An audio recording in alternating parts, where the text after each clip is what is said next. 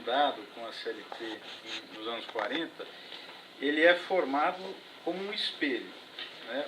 O que existe para os trabalhadores, existem para os empregadores. Então, no Brasil é um dos poucos países do mundo que tem sindicato patronal, né? Tradicionalmente, sindicato é um termo associado à organização de trabalhadores. Mas aqui, para cada sindicato de trabalhador, por exemplo, Sindicato de Trabalhadores Metalúrgicos de São Paulo, existem sindicatos patronais. Então, tem os sindicatos das indústrias de autopeças, sindicato da indústria de fabricante de máquinas, né? E o que vale para um lado vale para o outro. Por exemplo, um tema polêmico, imposto sindical, né? Imposto sindical não é só para os trabalhadores, é o que financia os mais de 5.000 sindicatos patronais que existem no Brasil. É preciso um freio de arrumação, é preciso uma reorganização das relações de trabalho no Brasil para promover, de fato, negociação coletiva de capital-trabalho. Nós não temos discordância em relação a isso. Mas o Guilherme cita alguns temas que acho que é bom precisar, né? Por exemplo, você mencionou os 4 milhões de processos na Justiça do Trabalho. O Brasil tem hoje 100 milhões de pessoas economicamente ativas. 100 milhões. Então, nós estamos falando aqui de 4%, se fosse fazer uma comparação, né? 4% em relação ao universo então, gigantesco de pessoas que estão aptas ao mercado de trabalho, né? Por outro lado, quando a gente olha esses processos, né, o dado que eu tenho aqui é de 2015, metade desses processos na Justiça do Trabalho é por problemas, na verdade, por não pagamento de verbas rescisórias no desligamento, como o Guilherme colocou. Não é por uma questão de tentar cobrar algo indevido. É de fato na hora de fazer a rescisão, né, ou por má fé, ou então por ignorância, isso é muito comum nas empresas, né, se deixam de cobrar, se deixam de pagar as verbas rescisórias. Como no Brasil não tem limite para demissão, então a nossa taxa de rotatividade é elevadíssima. Muita demissão ao longo de um ano. Então isso gera problemas na rescisão. As homologações de sindicato é só para contratos, para vínculos acima de um ano, né? Abaixo de um ano, a homologação não é feita no sindicato. Em geral, é nessas que não são feitas no sindicato que gera problema. Ou seja, então nós temos 4 milhões, né, de processos na Justiça do Trabalho para um universo de 100 milhões de economicamente ativos no Brasil. Metade desses processos se referem a não pagamento correto de verbas rescisórias na demissão, né, o que já chama atenção para a elevada número de demissões que existem no Brasil, né, e o fato de haver o papel do sindicato na homologação ajuda a diminuir esse processo, né, porque justamente o sindicato muitas vezes consegue olhar com mais atenção, né, e de fato resolver ali junto com a empresa fatos que gerariam no futuro problemas na Justiça do Trabalho, né? E a própria Justiça do Trabalho, né, alguns dados aqui para ser precisos para vocês, né? Do total, né, se a gente olhar 3 ou 4 milhões de processos, né, em termos relativos, né, a Justiça do Trabalho tem recebido menos de 14% dos processos novos, olhando o sistema judiciário como um todo, né? A Justiça do Trabalho no Brasil recebe menos processos do que a Justiça Federal. E a Justiça Federal tem praticamente um único réu, que é a União, né? A Justiça Estadual, ela recebe 70% dos processos novos por ano. Então, o peso da Justiça do Trabalho, ele, sem dúvida, é excessivo em relação ao que deveria ser, né, num país que tem, somos o quê? A 11ª economia do mundo, né? Chegamos a ser a 6ª economia do mundo, ou seja, tem um grande avanço, né, do ponto de vista econômico. Não era para ter um peso tão grande na Justiça do Trabalho. mas ela não é tão excessiva assim como se quer delinear.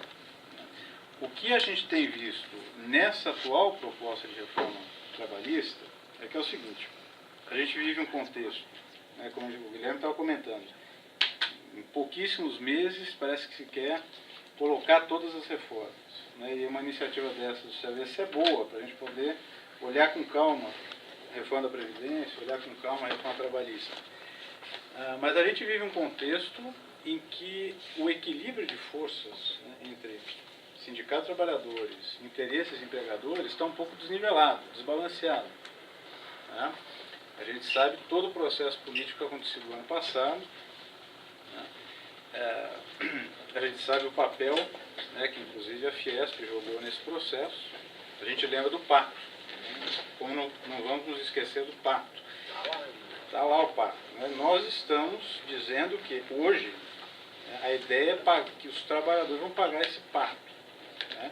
Que tudo é então um problema de ineficiência da legislação trabalhista, de um déficit suposto da reforma da Previdência. Então a gente vive um contexto, né, que não é o melhor contexto para fazer uma mexida tão estruturante como se quer nas relações de trabalho. Esse projeto específico, né, já para ir encaminhando aqui para a gente poder conversar, ele foi apresentado no dia 22 de dezembro do ano passado, um projeto de lei para fazer a reforma trabalhista. Inicialmente ele tinha 13 pontos, né, que já eram polêmicos, mas mexia, por exemplo, com regulamentação de uma coisa nova, que é o trabalho em casa, enfim, a possibilidade de que certas negociações em relação à jornada pudessem prevalecer sobre a legislação, por exemplo, o que o Guilherme mencionou, você reduzir o tempo de almoço para 30 minutos, né? E não é só para o trabalhador, nesse caso específico, não é só para o trabalhador sair meia hora mais cedo, mas é para ele trabalhar um sábado sim e o outro não, porque afinal de contas a nossa jornada de trabalho legal são 44 horas, né? Então não é só para sair mais cedo, mas é para ficar um sábado em casa, é para isso que tem essa redução. Inicialmente eram 13 pontos. Do ano passado para cá, essa formiguinha virou um elefante. E aí o relator, por exemplo, né, o Rogério Marinho, incluiu temas como o fim do imposto sindical. Inicialmente ele apresentou fim do imposto sindical para os sindicatos trabalhadores. Isso é inviável, porque o nosso sistema de relações de trabalho, como eu falei, ele é um espelho. Ele vale para os sindicatos trabalhadores e vale para os patronais. Entre outros temas, né, o que a gente avalia é o seguinte: o contexto é desfavorável para um debate com essa magnitude. A gente defende que, sem dúvida, a gente reforce as estruturas de negociação coletiva para poder avançar em relação à legislação, para prevalecer a negociação coletiva de fato, né, com sindicatos representativos, e a gente sabe que há muitos sindicatos trabalhadores que não é representativo. É um universo de 11 mil sindicatos, é muita coisa. Assim como 5 mil patronais, é muita coisa. Né? Precisaria depurar isso. E caminhar no sentido em que a justiça do trabalho, a intervenção do Estado nas relações de trabalho possam ir diminuindo. Né? Mas isso tem que ser feito de forma progressiva, né? E não abrupta, como hoje está se colocando. A gente já viu a reforma da Previdência, é o mesmo caminho. Né? Se propôs uma reforma draconiana, né? O governo achou que ganhava o debate na sociedade, perdeu esse debate. Já o relatório, né, que foi apresentado hoje lá na Comissão Especial em Brasília, já voltou atrás em vários pontos, né? E voltou atrás por quê? Porque havia um profundo desconhecimento sobre o que é o próprio mercado de trabalho brasileiro. Se o Naércio estivesse aqui, eu ia mencionar que nós temos feito no Diese um debate de alto nível com a Fundação Fernando Henrique Cardoso. Por que a gente faz isso? Porque existem, e o Naércio participa, assim como o Samuel Pessoa, né? Existem informações sobre o mercado de trabalho, realidade do mercado de trabalho, que se a gente não leva em consideração, a gente acaba achando que pode, a partir da realidade da indústria em São Paulo, ou a partir da realidade do Estado de São Paulo, olhar o Brasil como um todo. Né? Só um dado em relação à reforma da Previdência. Hoje, 25 milhões de trabalhadores não têm cobertura previdenciária. Vocês imaginam o que seria a incorporação de 25 milhões de pessoas ao sistema previdenciário brasileiro, né? Contribuindo e, lá na frente, recebendo benefício. Então, é só para dizer que o movimento sindical, né, e o DIES é um órgão de assessoria do movimento sindical, a gente está sempre aberto e sempre buscando diálogo, seja com a Fiesp, com quem a gente tem vários canais de conversa, seja com economistas como o Naércio, Samuel Pessoa, que tem uma visão, né, vamos dizer, liberal sobre a economia, né, mas que estão dispostos também a escutar, né, um pouco de dados e interpretações da realidade que mostram que o nosso capitalismo tardio, né, talvez não tenha ainda chegado ao ponto de desenvolver estruturas modernas. A gente ainda precisa de alguns certos arcaísmos, né, para avançar. Né? Inclusive um deles, né, talvez seja ainda uma presença forte da Justiça do Trabalho.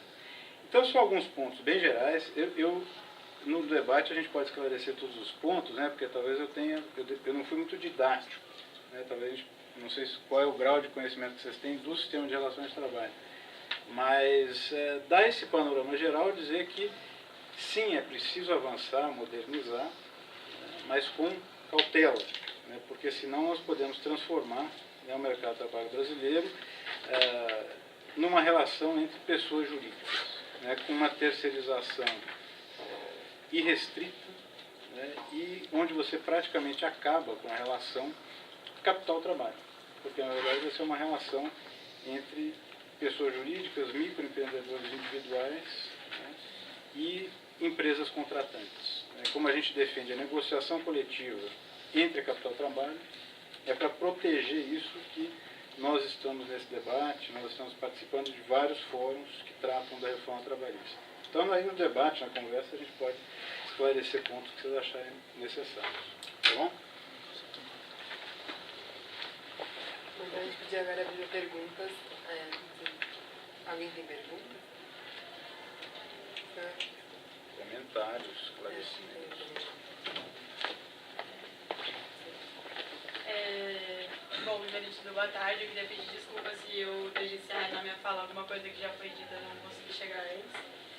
Mas eu queria perguntar sobre duas questões principais. A primeira, sobre a questão de que essa reforma ela não vem sozinha. Acho que é um momento com várias reformas juntas e que eu acho que o grande problema não são reformas pontuais, mas o conjunto em si, que tem que debater como elas se relacionam e como isso pode ser ruim ou bom, dependendo do ponto de vista para isso. E aí eu queria perguntar sobre a questão da terceirização e da questão trabalhista, como se relaciona isso com a reforma da Previdência, porque se a gente está aprovando ou propondo uma reforma da Previdência que vai dificultar a entrada das pessoas no sistema previdenciário, porque elas vão ter que ficar mais tempo no mercado de trabalho para conseguir se aposentar, com a mudança da regra de tempo mínimo de contribuição de 15 para 25 anos, já exclui muita gente que está no mercado informal de trabalho brasileiro, que é uma grande parcela, principalmente considerando que em momento de crise há mais informalização, diminui a taxa de formalização da economia. E como que a gente vai financiar essa previdência, se o grande ponto seria aumentar a fiscalização, se a gente está tirando o mecanismo de arrecadação, aumentando a informalidade da economia. E o segundo ponto, comentado no final da fala do Tomás, que é a questão do imposto sindical, que, por um lado, o imposto sindical, eu acho que ele tem um grande problema, inclusive várias centrais sindicais e, enfim, vários debates de movimentos sociais são contra o imposto sindical, porque, de um lado, financia o sindicalismo pelego até, o surgimento dele que é vincular o movimento sindical ao Estado, isso pode enfraquecer um pouco as negociações, mas eu tenho um pouco de medo nesse momento que de diversos lados tem dificultado a negociação coletiva, tem dificultado a relação capital-trabalho mesmo comentada, que como isso pode ser positivo, porque eu acho que em vários momentos poderia ser muito positiva a retirada do imposto sindical obrigatório, mas eu acho que talvez esse não seja o melhor momento para essa alteração, principalmente porque a gente está num momento de crise também e é importante que os sindicatos tenha uma fonte de financiamento garantida para conseguir fazer melhor a negociação, que eu acho que beneficia ambas as partes, que a gente consegue ter um mercado de trabalho mais